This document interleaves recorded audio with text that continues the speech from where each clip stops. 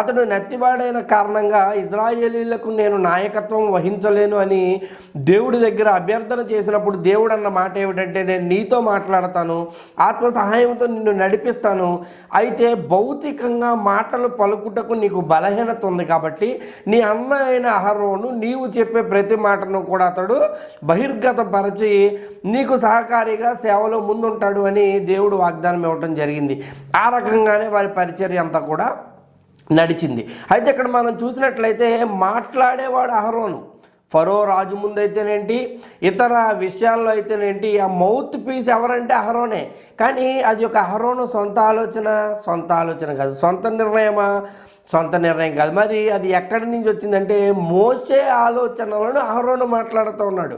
ఇంకా చెప్పాలంటే మోషే ఆత్మ నడిపింపు ద్వారా దేవుని యొద్ద నుండి పొందుకున్న సమాధానము అహరోను గొంతు ద్వారా బయటకు